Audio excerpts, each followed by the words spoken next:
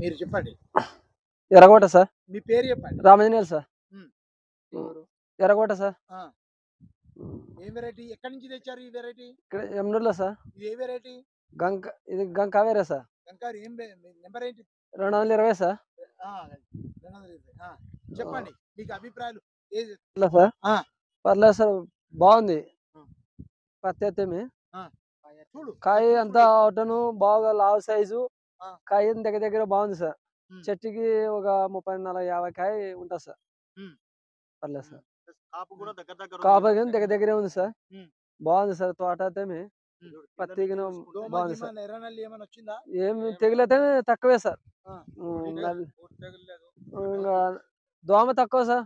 నల్లి ఆటోమేటిక్ గా ఉంది లైట్ గా, అంతే సార్. అంతా ఎట్లా అనిపిస్తుంది ఓవరాల్ గా? ఇప్పుడు వేసిన మిగతా రకాలు ఉన్నాయి కదా, అన్ని రకాల కొద్ది పర్లేదు సార్, బాగుంది. అయితే చేను అయితే బాగుంది సార్. ఇప్పుడు మీ సహోదరుడు పాషాబాయ్ గారు, మీరు చూస్తున్నారు కదా రెగ్యులర్ గా, బాగుందా సార్? కాయ లావు సైజు బాగుంది. మీదెవరు? నాది ఇదే ఊరు ఎర్రకోట సార్. ఎర్రకోట. ఎలా ఏంటి ఏమనిపిస్తుంది? ఎందుకు బాగుంది అనిపిస్తుంది? బాగా కాయ లావు ఉండదు. ఒక్కటే పరి కాపు పట్టింది. కాపు అయితే ఒక్కటే పరి. దోమ పోటుకు బాగా తట్టుకుంటది. దోమ రానిదు. కాయ లావు సైజు వస్తుంది. ఇది బూడిద తెగులు రాదు ముఖ్యము. బూడిద తెగులు వచ్చలేదు. కాయ ఇట్లా పడినా గానీ తెగులు మాత్రం లేదు. బాగుండదు. ఒక్కసారే వచ్చేది. ఒకటే పరి కాయ. రేపు పొద్దున వేయచ్చు సార్.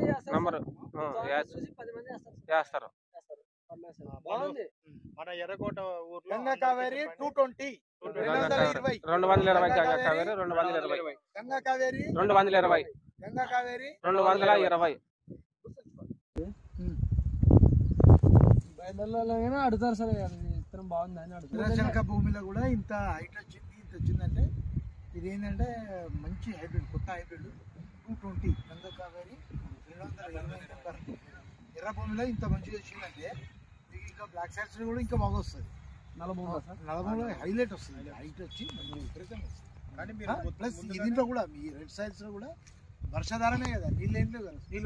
నీళ్ళేం ఇప్పుడు ఇంత వానలో బాగుంది. ఇది అవసరం లేదు. మంచి సైజు కూడా దగ్గర దగ్గర కాపు ఉంది. ఒక్కొక్క కొమ్మకు వచ్చేసి షాకీ కొమ్మకు దాదాపు 7 నుంచి 8 కాయలు ఉన్నాయి. సో గంగా కావేరి కొత్త రకం 220. ఈ పక్కన అందరూ అడుగుతారు సార్, బాగుందని అడుగుతున్నారు.